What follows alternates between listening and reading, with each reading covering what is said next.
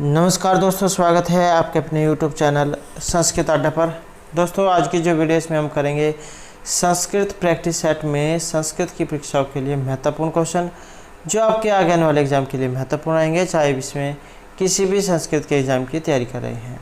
तो सभी क्वेश्चन यहाँ पर जो है वेरी इंपॉर्टेंट है।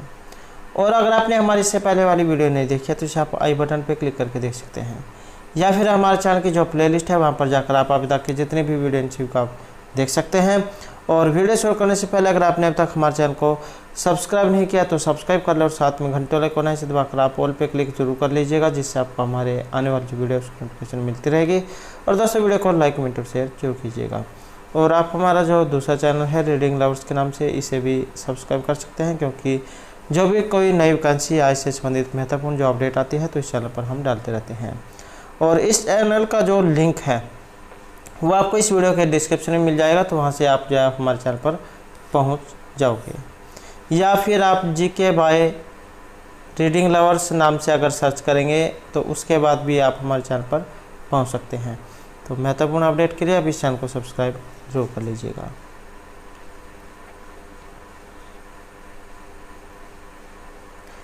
तो हमारा जो यहाँ पर पहला जो क्वेश्चन आया है ये है आपके उत्तरामचरित से।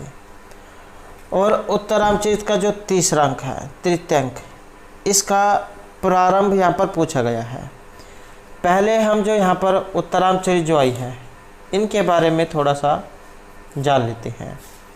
तो उत्तरामचरित जो है महर्षि भभूति झा उनके द्वारा रचित है। और महर्षि भभूति का समय माना गया है 650 से 750 ईस्वी के आसपास। और काव्य विधा में ये नाटक है और नाटक के अंतर्गत है ये अंकों में। और अंक कितने हैं? 7 हैं। और जो 7 अंक हैं वे कौन कौन से हैं, कितने इसमें अंक हैं, और उनके नाम क्या क्या है, और किस में कितने श्लोक हैं। तो इस प्रकार का क्वेश्चन पहले एग्जाम में देखने को मिला था, तो ये आपको पता होना चाहिए। जैसे प्रथम अंक का नाम चित्रदर्शनम, 51 इसमें श्लोक हैं। द्वितीय है पंचवटी प्रवेश, इसमें रहेंगे 30 श्लोक। तृतीय है छायांक, इसमें है 48 श्लोक। चतुर्थ रहेगा कौशल्य जनक योग, इसमें आपके 29 हैं। और पांचवा है आपका कुमार विक्रम, इसमें 35 है। छठा जो अंक है इसमें यह है कुमार प्रत्यय अभिज्ञान, और 42 इसमें श्लोक है। और जो 7वां है इसका नाम गर्भांक है, और इसमें है श्लोकों की संख्या 21। तो इस प्रकार से आपके यहाँ पर ये 7 अंक हैं और इनके अंदर आने वाले श्लोक हैं। और ये जो यहाँ पर इसका आधार ग्रंथ उत्तरामचरित जो है, इसके आधार ग्रंथ की अगर हम बात करें तो ये रामायण है। नायक इसमें आसान आपको पता ही है, राम और सीता है। और रीति की बात करें तो वैदर्भी रीति, प्रसाद गुण और प्रसाद और माधुर्य जो गुण है वो इसमें रहेगा। और विदूषक जाओ इसमें नहीं है। और बात करें यहाँ पर आपके ये छायांक की, तृतीय अंक, तो इसका जो यहाँ पर प्रारंभ है ये विष्कंभक से माना गया है। ये जो विष्कंभक जो है, इसमें जो 2 नदी देवता हैं उनके नाम क्या है? तमसा और मुरला। उनके प्रवेश से होता है, दोनों का आपस में संवाद होता है, बातचीत होती है कि सीता के प्रयाग से राम अत्यंत दुखित एवं शोकातुर है। और तीसरा अंक जो है इसे छायांक कहा गया है, क्योंकि इसमें सीता जो है उन्हें छाया के रूप में दिखाया गया है, वो उन्हें दिखाई नहीं देती है। नेक्स्ट हमारे यहाँ पर क्वेश्चन है निम्नलिखित शब्दों में सही क्या है। तो यहाँ पर इनमें एक शुद्ध करने वाला जो है यहाँ पर इसमें बताना है। और शुद्ध करने वाला जो माना गया है ये अंतर्राष्ट्रीय को माना गया है। अंत है इसका बनेगा अंतर प्लस में राष्ट्रीय, तो इस प्रकार से बनता है। उसके बाद ये जो रा जो है, एक रा रोरी जो सूत्र आपने पढ़ा होगा, और उससे एक रा का लोप हो जाता है। और उसके बाद ड्र लोपे पुरुष से दीर्घवर्ण जो सूत्र उससे दीर्घ होकर और अन्य कार्य जो होकर ये अंतर्राष्ट्रीय जो रूप है ये बनता है। नेक्स्ट क्वेश्चन है यहाँ पर ग्रीष्म प्लस ऋतु, इसमें संधि होने पर क्या शब्द इनमें से बनेगा? तो ग्रीष्म प्लस ऋतु, और यहाँ पर बनेगा ग्रीष्म ऋतु।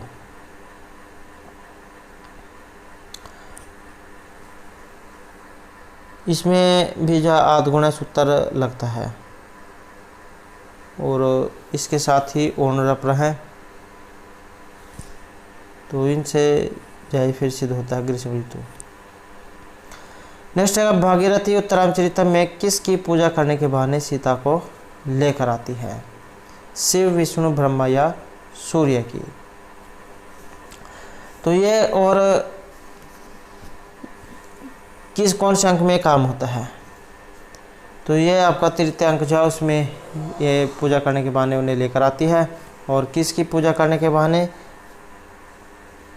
तो ये है ऑप्शन सी में।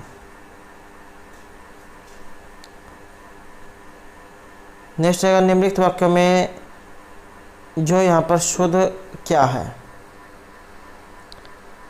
और शुद्ध जो है यहाँ पर इसमें माना गया ऑप्शन ए वाला। जब वाच्य परिवर्तन जो करते हैं तो जो परस्मय पद जो होती है वो आत्मनेपद पद में बदल जाती है, और तो ये बनेगा यहाँ पर हमें भार्या त्रेजते। नेक्स्ट क्वेश्चन है गद्य काव्य में महर्षि बाणभट्ट की कृतियों की जो संख्या है वो इनमें कितनी है? 1, 2, 3 या 4? कृतियों की संख्या की बात करें तो यहाँ पर इसमें ये 2 मानी गई है, लेकिन महर्षि बाणभट्ट जो है इन्होंने 5 रचनाएं लिखी थी। हर्षचरित, कादम्बरी, पार्वती परिणय, चंडी शतक और मुक्ताड़ितकम, जिसमें हर्षचरित और कादम्बरी ये गद्य काव्य है, पार्वती परिणय और मुक्ताड़ितकम ये नाटक है, चंडी शतकम ये पद्य काव्य है। और इस प्रकार से जो महर्षि बाणभट्ट है इनके 2 गद्य काव्य हैं, हर्षचरित और कादम्बरी। नेक्स्ट है यहाँ पर ये सखी शब्द है,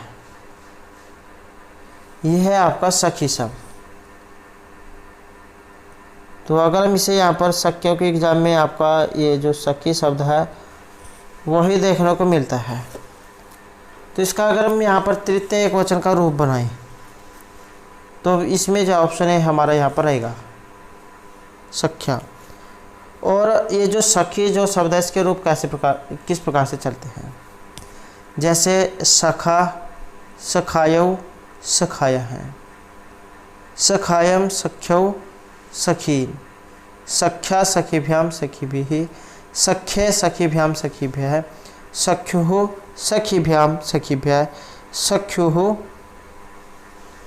सख्योः सखीनाम, सख्यौ सख्योः सखीसु, हे सखे, हे सखायौ, हे सखायः। तो ये जो यहाँ पर सख्या है ये आपके तृतीय वचन में है। और षष्ठी जो है, षष्ठी के बहुवचन में अब हो जाता है आपका सखी नाम, तो इस प्रकार से बन जाएगा। और ये जो ई की मात्रा ये दीर्घ हो जाएगी, सखी नाम।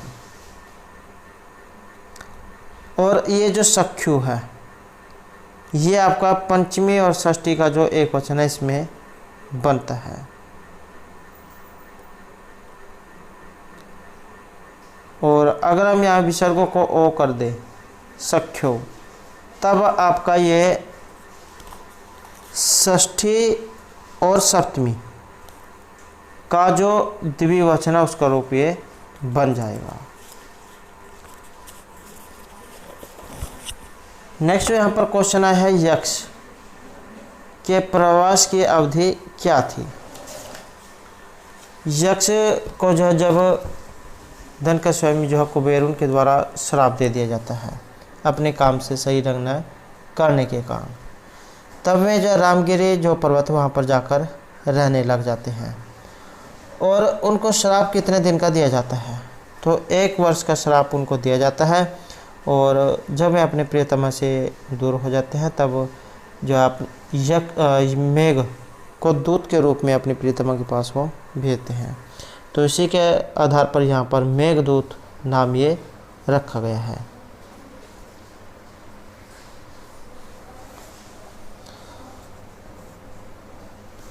नेक्स्ट रहेगा यहाँ पर अस्मत् शब्द। अस्मत् शब्द का पंचमी एक वचन में जो रूप है वो कौन सा बनेगा? और एग्ज़ाम में ये भी क्वेश्चन पूछ जाता है, जैसे आपका अस्मद शब्द रूप है, ये किस में आता है? तो ये आपका जो सर्वनाम है उसमें आता है, सर्वनाम शब्द रूप में। और एक होता है अस्मद, एक होता है युष्मद। अस्मद का अर्थ होता है माँ,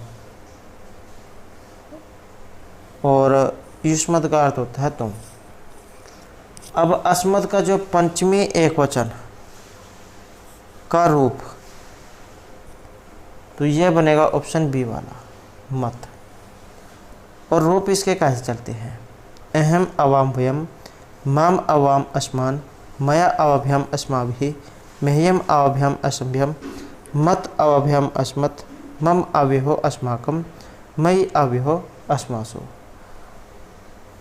तो इस प्रकार से रूप ये बनेंगे। अब जो यहाँ पर माम आया है, ये कि जो एग्जाम में विकल्प वाला क्वेश्चन अब पूछे जाने लगा है। जैसे यहाँ पर माम है, इसके एक विकल्प में भी बनता है, वो बनता है माँ। और मत, ये आपका हो गया है पंचमी का। और जो मम है, इसके विकल्प में भी बनता है, तो ये बनता है में। तो इस प्रकार से रूपये बनते हैं।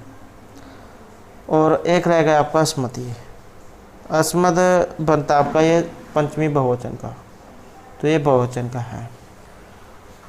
अब यहाँ पर जो विकल्प वाले हैं ये पूछे जाते हैं और इनकी संख्या पूछी जाती है। जैसे ये माँ है, ये सिर्फ एक है और विभक्ति रहेगी आपकी द्वितीय। और जैसे यहाँ पर ये में आया है, ये आया है आपका 2 बार, एक आया है चतुर्थी में और एक बार आया है षष्ठी में। उसके बाद आ जाता है आपका 9। ये जो 9 है, ये बनता है आपका द्वितीय में और चतुर्थी के द्विवचन में और षष्ठी के द्विवचन में। इसकी जो संख्या है ये 3 है, ये 3 बार आता है। उसके बाद आ जाता है न। इनकी संख्या और कौन कौन सी विभक्ति में आता है? तो द्वितीय, चतुर्थी और जो षष्ठी है, इसमें आपका न ये आता है। और कितनी बार आता है? तो ये 3 बार आता है। तो ये संख्या आपके याद होनी चाहिए, क्योंकि पिछला जो पूर्व जो एग्ज़ाम था स्टार्ट का, उसमें ये इसी प्रकार से पूछे गए थे। तो ये संख्या बहुत कम या छात्र याद रखते हैं, तो इसी को अब एग्ज़ाम में पूछा जाता है। तो ये संख्या आपकी याद होनी चाहिए। नेक्स्ट है, निम्नलिखित में सही शब्द क्या है? तो यहाँ पर इनमें सही शब्द, और सही शब्द को देखें तो ऑप्शन रहेगा बी। उपर्युक्त जो है ये यहाँ पर सही है।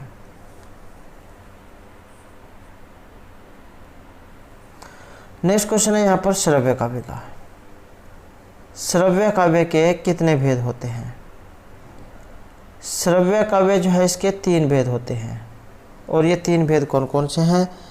गद्य, पद्य और चंपू काव्य। और ये चंपू काव्य क्या होता है?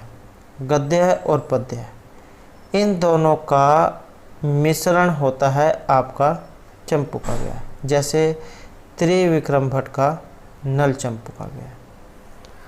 और काव्य के कितने भेद होते हैं?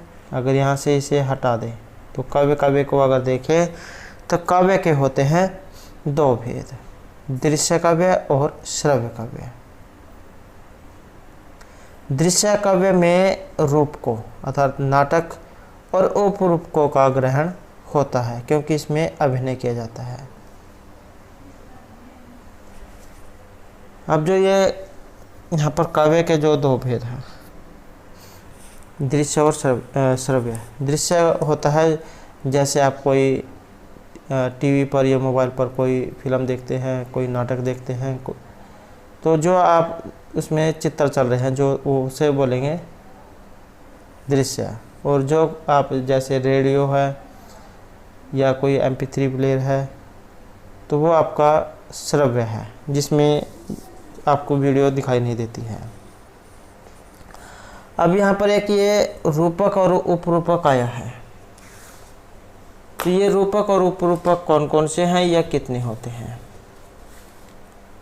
तो बात करें आपके रूपकों की, तो रूपकों की जो संख्या वो 10 होती है। नाटक, प्रकरण, भाण, वयोग, समकार, डिम, इहमृग, अंक, विथि और प्रहसन, तो ये 10 होते हैं।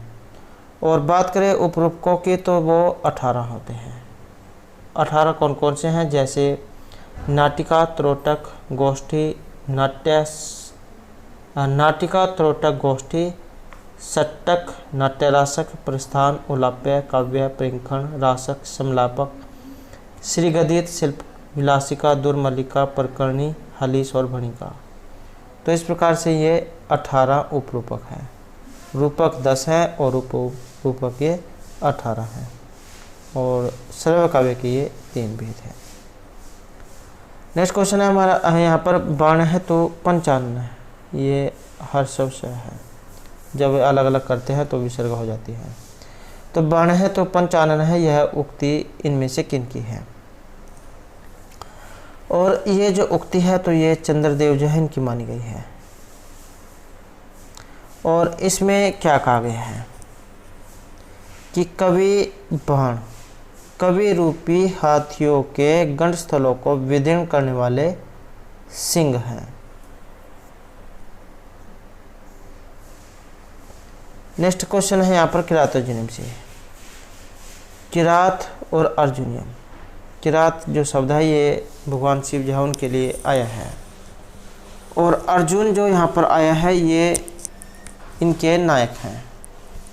और किरात अर्जुनियम जो यहाँ पर ये बृहत्तरी के अंतर्गत जो आता है तो इसके नायक हैं। और कवि की बात करें तो महर्षि भारवी इनके कवि हैं। और किरात अर्जुनियम इनके द्वारा लिखा गया है।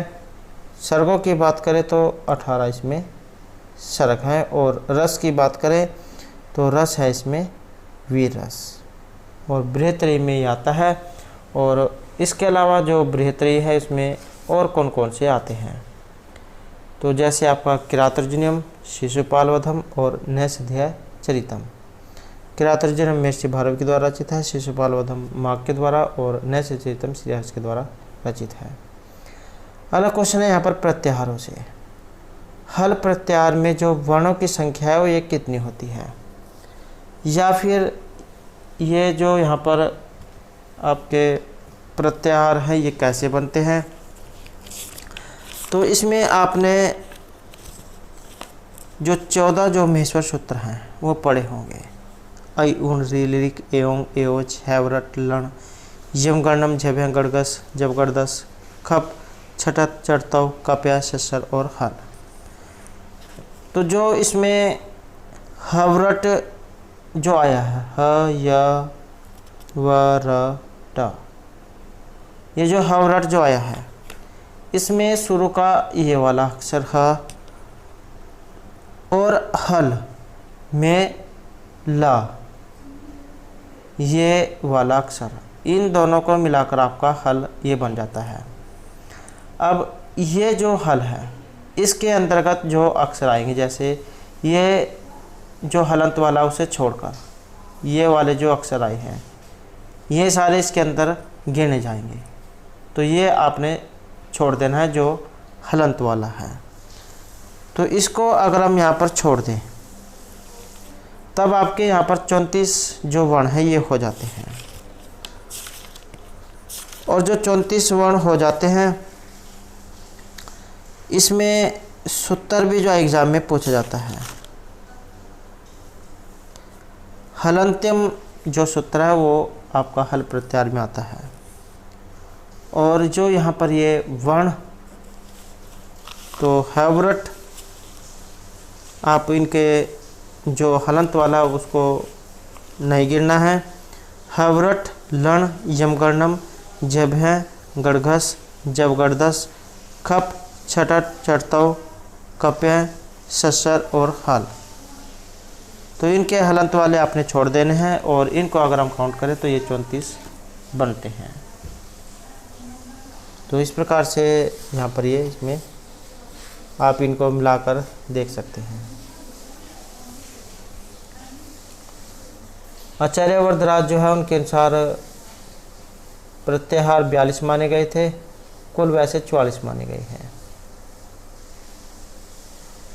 नेक्स्ट है यहाँ पर गुरु प्लस आदेश है में संधि होने पर रूप बनता है, और इसमें जो रब बनेगा ये बनेगा ऑप्शन सी वाला, गुरु आदेश है। गुरु प्लस आदेश है, ये जो वो है इको जो सूत्र है वो यहाँ पर लगेगा। इको या उकोवा रिकोला ये कर देता है, तो उसके बाद जो अन्य कार्य होकर गुरु आदेश है ये रूप बनता है। नेक्स्ट क्वेश्चन आया है यहाँ पर पुल्लिंग से, और सर्व शब्द है,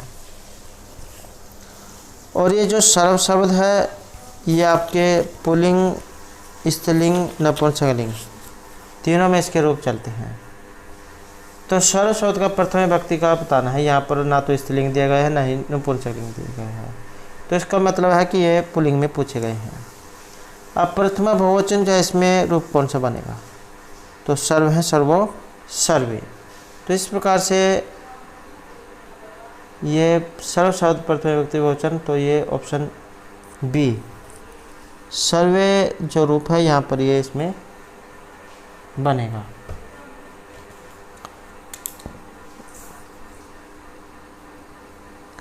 और जैसे यहाँ पर ये सर्वे बना है, ये तो हो गया आपका पुल्लिंग में। अगर एग्जाम में स्त्रीलिंग आ जाए तब बनता है ये सर्वहा, ये वाला जो है ये आपका स्त्रीलिंग में बनेगा। ये पुल्लिंग में है, ये स्त्रीलिंग में है।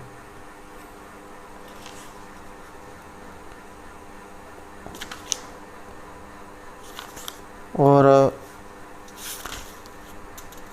नपुंसकलिंग में तब उसमें सर्वाणी हो जाता है। और इसके रूप जो अगर हम पुल्लिंग में देखें तो कैसे बनते हैं, सर्व हैं, ये जो सर्व है इसके पीछे हम विसर्ग लगा दें तो ये प्रथम एकवचन का रूप बन जाएगा। सर्व हैं, सर्वो, सर्वे, सर्वम, सर्वो, सर्वाण, सर्वेण, सर्वभ्याम, सर्वई, सर्वस्मै, सर्वभ्याम, सर्वेभ्यः, सर्वस्मात्, सर्वभ्याम, सर्वेभ्यः, सर्वस्य, सर्वेहो, सर्वेषां, सर्वस्मिन्, सर्वेहो, सर्वेषु। इस प्रकार से रूप ये इसके बनेंगे। नेक्स्ट क्वेश्चन है यहाँ पर विपत्ति धैर्य में अत अभ्युदय क्षमा, यह उक्ति किस ग्रंथ से ली गई है। तो इसके संबंध को अगर देखें तो ऑप्शन रहेगा डी, ये नीति शतकम जो है उसमें से ये ली गई है, जो महर्षि भर्तृहरि के द्वारा रचित है। और 3 जो शतक है उनके लिए इन्हें जाना जाता है, नीति, श्रृंगार और वैराग्य शतक के लिए। और यहाँ पर जो ये श्लोक है, विपत्ति धैर्य अत अभ्युदय क्षमा, सत्स्य वाक्पटुता, युद्ध ही विक्रम है, यशस्वी च अभिरुचि व्यसनम, श्रोतो प्रकृति सिद्धम इदम ही महात्मा नाम। कि विपत्ति में पड़ जाने पर धैर्य, अत्यधिक होने पर क्षमा, सभा में उचित बोलने की चतुराई, संग्राम में पराक्रम, यश में अभिलाषा, वेद शास्त्र के पढ़ने में तत्परता, ये सब गुण महात्माओं में स्वभाव से ही देखने को मिलते हैं। अर्थात महात्माओं के ये स्वाभाविक लक्षण होते हैं और इन्हें ये सब बातें किसी से सीखनी नहीं पड़ती हैं। कुछ कह देते हैं कि कुछ जो व्यक्ति के अंदर गुण होते हैं वो भगवान की ही देन होती है, वो उसे ग्रहण नहीं करने पड़ते हैं। तो ये सभी कुछ जय परमात्मा की देन है जो इन्हें मिले हुए हैं। नेक्स्ट जो यहाँ पर रहेगा सत्यनिष्ठ शब्द में जो समास है कौन सा है, और समास जो है यहाँ पर इसमें बहुवरी जो समास है वो माना गया है। नेक्स्ट क्वेश्चन है हमारा यहाँ पर निम्नलिखित में जो शुद्ध वाक्य कौन सा है। हरि वैकुंठम उपवस्ति अनुवस्ति वस्ति, या ये सारे यहाँ पर सही है। तो इसमें जो यहाँ पर माना गया है तो इन सभी को सही यहाँ पर माना गया है। और ये जो है यहाँ पर सही इनमें क्यों है, क्योंकि यहाँ पर ये जो वस धातु है, वस धातु के साथ अगर ये अनु लग जाए तब इसमें द्वितीय विभक्ति हो जाती है। सूत्र एग्जाम में अगर आ जाए, क्योंकि यहाँ पर उदाहरण दिया गया है, एग्जाम में सूत्र भी आ सकता है, तो उप अनु अधि आंग वश, ये सूत्र है। यदि वश धातु के पूर्व उप अनु अधि आंग में से कोई उपसर्ग लगा हो तो क्रिया का धार कर्म हो जाता है। विष्णु वैकुंठम, अधिवस्ती उपवस्ती अनुवस्ती वस्ती है। तो ये आपका द्वितीय का है और सारे यहाँ पर ये सही है। नेक्स्ट क्वेश्चन यहाँ पर बलि में याचते वसुधाम। वाक्य में बलि में द्वितीय भक्ति हुई है और क्यों हुई है या किस कारण से हुई है, सूत्र कौन सा है। तो इसमें तो यहाँ पर माना गया है ये ऑप्शन डी को, गौण क्रम है, उपादान की विशेष विवक्षण है, अपितु अविवक्षता है और एकतम चाहे सूत्र से क्रम संज्ञा होती है। तो सारे यहाँ पर इसमें माने गए हैं। बलि से पृथ्वी मांगते हैं, बलि अपादान है और इसकी अविवक्षा करने पर क्रम संज्ञा होकर द्वितीय भक्ति होती है। वसुधाम प्रधान क्रम है और ये एकतम सूत्र है जिसके अंतर्गत 16 धातुएं आती हैं और जिसके कारण यहाँ पर इसमें ये द्वितीय भक्ति हुई है। कौन कौन सी है, दुहु याच पक्ष दंड रुद्र प्रच ची ब्रू सास ची मत मुस निहरी क्री वह। तो इस प्रकार की ये 16 है। नेक्स्ट क्वेश्चन है उत्तरामचरितम में अदृश्य रूप में सीता किसके साथ पंचवटी में आती है।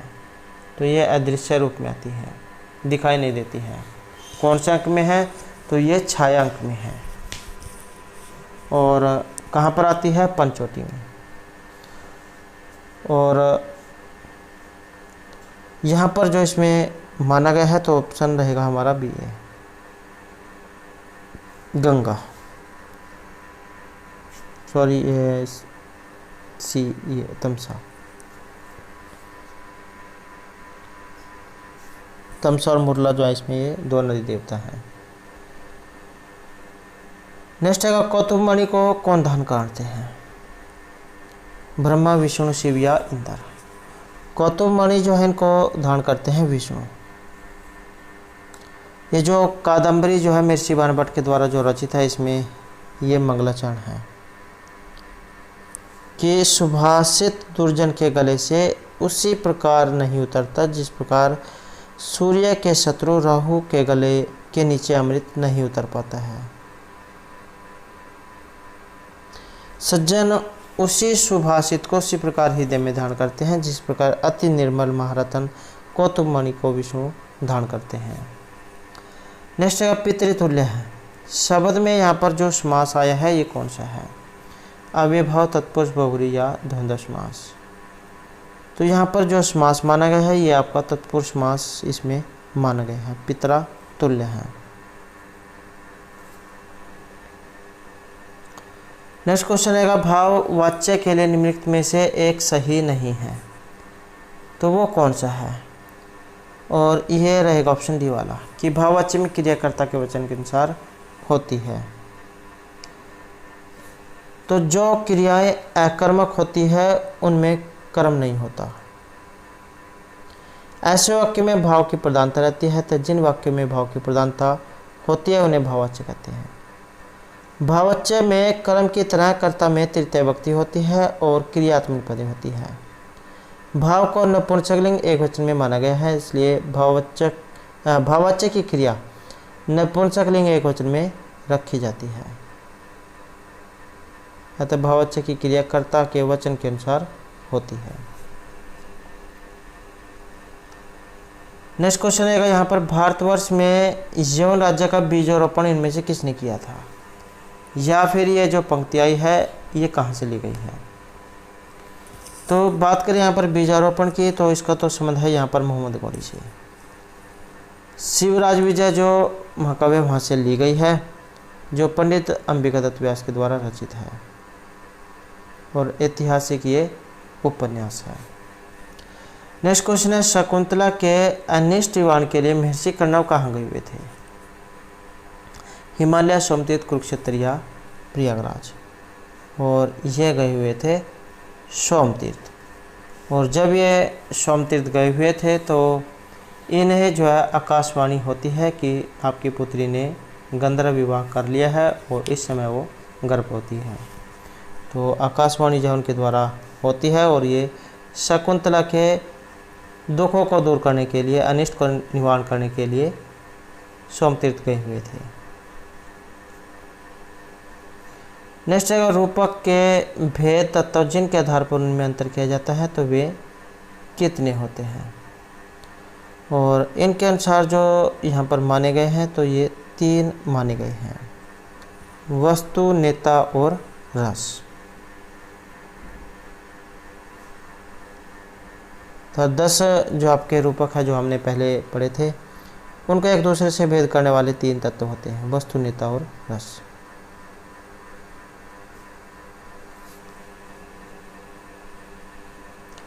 नेक्स्ट क्वेश्चन आएगा मेघदूतम में मेघ के मार्ग में निम्नलिखित में से क्या सही नहीं है।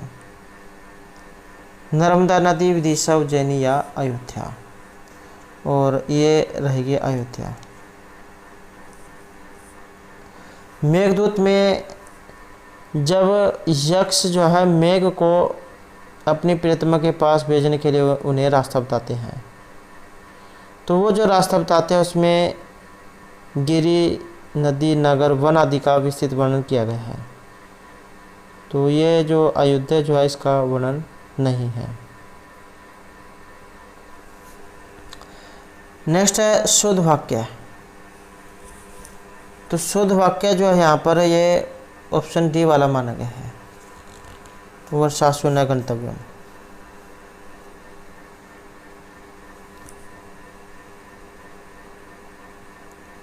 नेक्स्ट है प्राभ्य अपि उत्सव एह मानी नाम।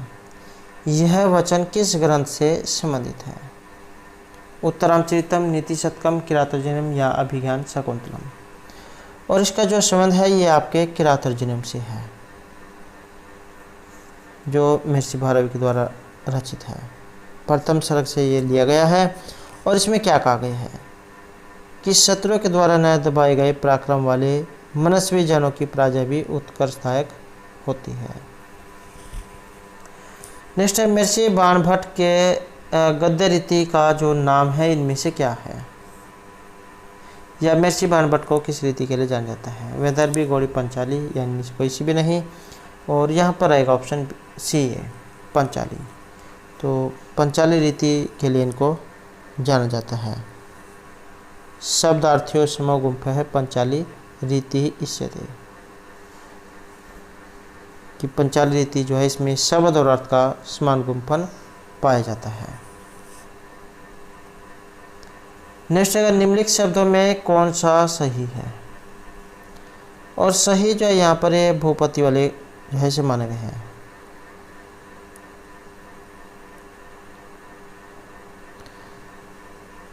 नेक्स्ट है अलकापुरी में यक्ष का घर कुबेर के महल की किस दिशा में मेघदूत में बताया गया है।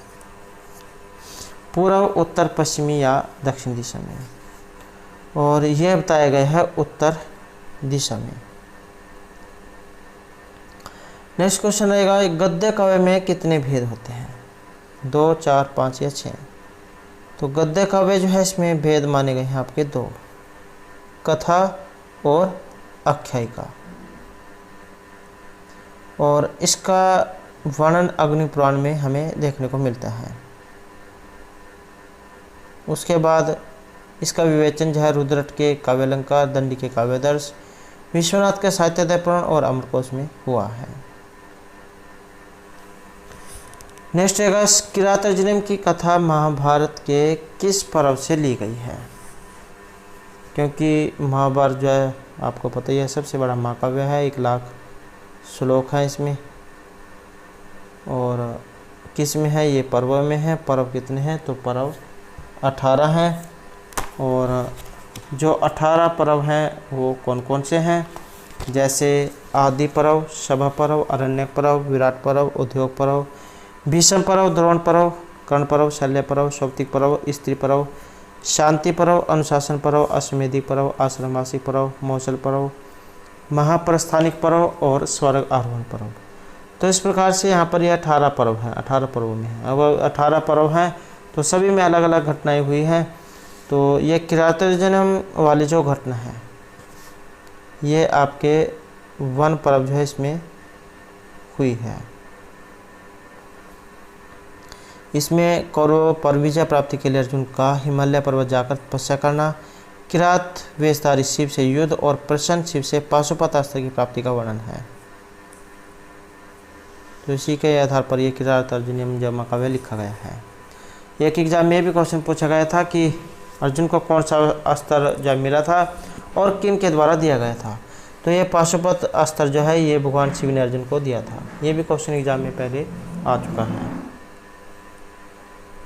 नेक्स्ट है मेघदूत जो है यहाँ पर इसमें छंद आया है, तो वो छंद कौन सा है? उपजातीय विशांत मंदक्रांत या भुजंग प्रयात। और छंद की बात करें तो ये जो मेघदूत है इसमें मंदक्रांता जो छंद है उनका प्रयोग किया गया है। और ये जो मंदक्रांता छंद है इसका जो लक्षण है ये क्या होता है या कितने इसमें वर्ण वगैरह होते हैं। तो मंदक्रांता जल्दी षड घमर भो न तो तात गुरुचेत, ये इसका लक्षण है।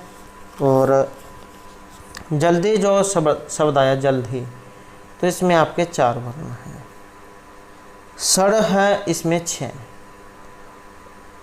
और अंभव इसमें है 7। तो इस प्रकार से 17 इसमें आपके वर्ण हैं। 17 वर्ण हैं।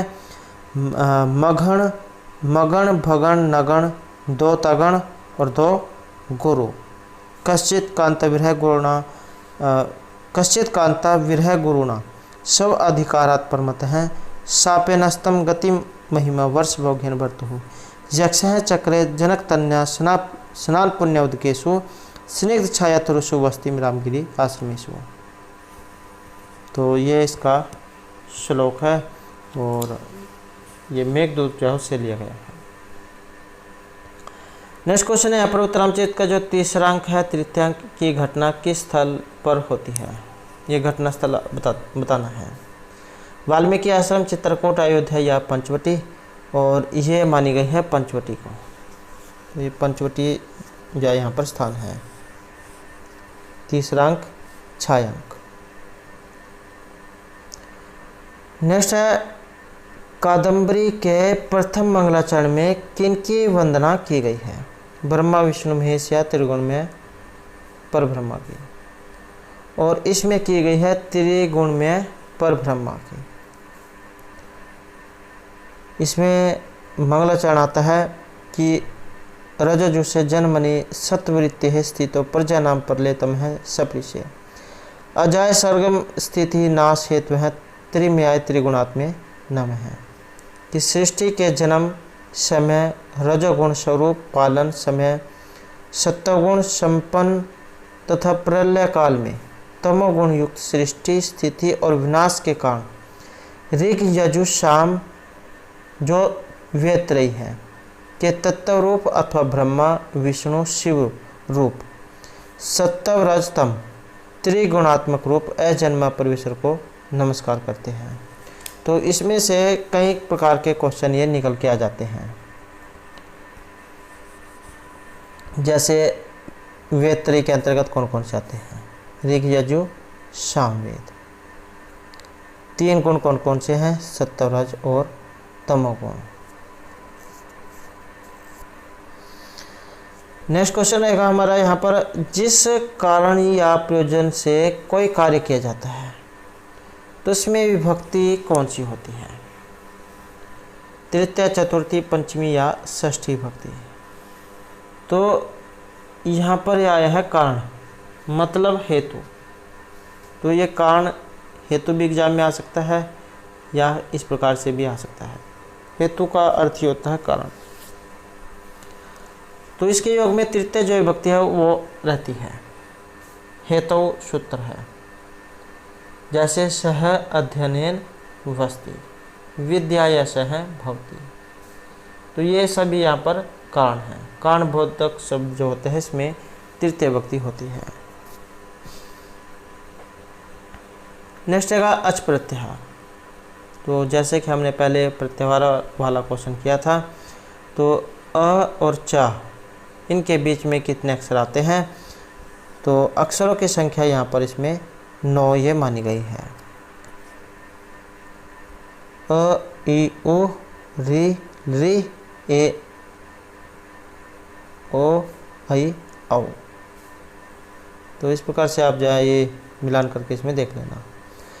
नेक्स्ट है साधु प्लस इति में संधि होने पर बनता है।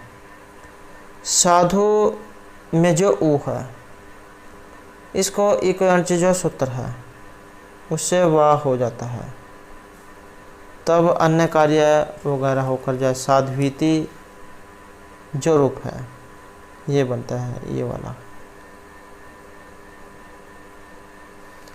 नेक्स्ट है यहाँ पर ब्रू धातु, ये आपकी ब्रू धातु है बोलने अर्थ में। विधिलिंग लकार मध्यम पुरुष और जो द्विवचन है इसका जो रूप है यहाँ पर इनमें कौन सा बनेगा, तो विधिलिंग लकार जो है इसमें यहाँ पर इस पूछा गया है।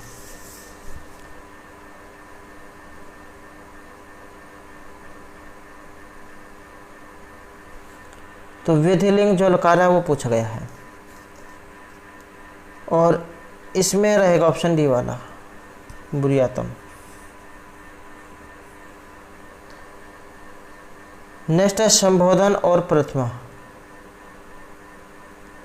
संबोधन और प्रथमा विभक्ति किस वचन में अंतर होता है?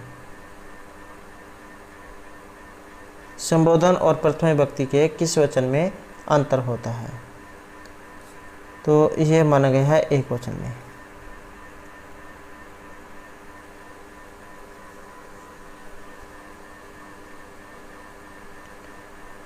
तो दोस्तों थे हमारे आज के यहाँ पर संस्कृत की परीक्षाओं के लिए कुछ महत्वपूर्ण क्वेश्चन जो आपके आगे आने वाले एग्जाम के लिए महत्वपूर्ण होंगे। और दोस्तों अगर आपने अभी तक हमारे चैनल को सब्सक्राइब नहीं किया तो सब्सक्राइब कर ले और हमारे साथ अंत बनाने के लिए धन्यवाद।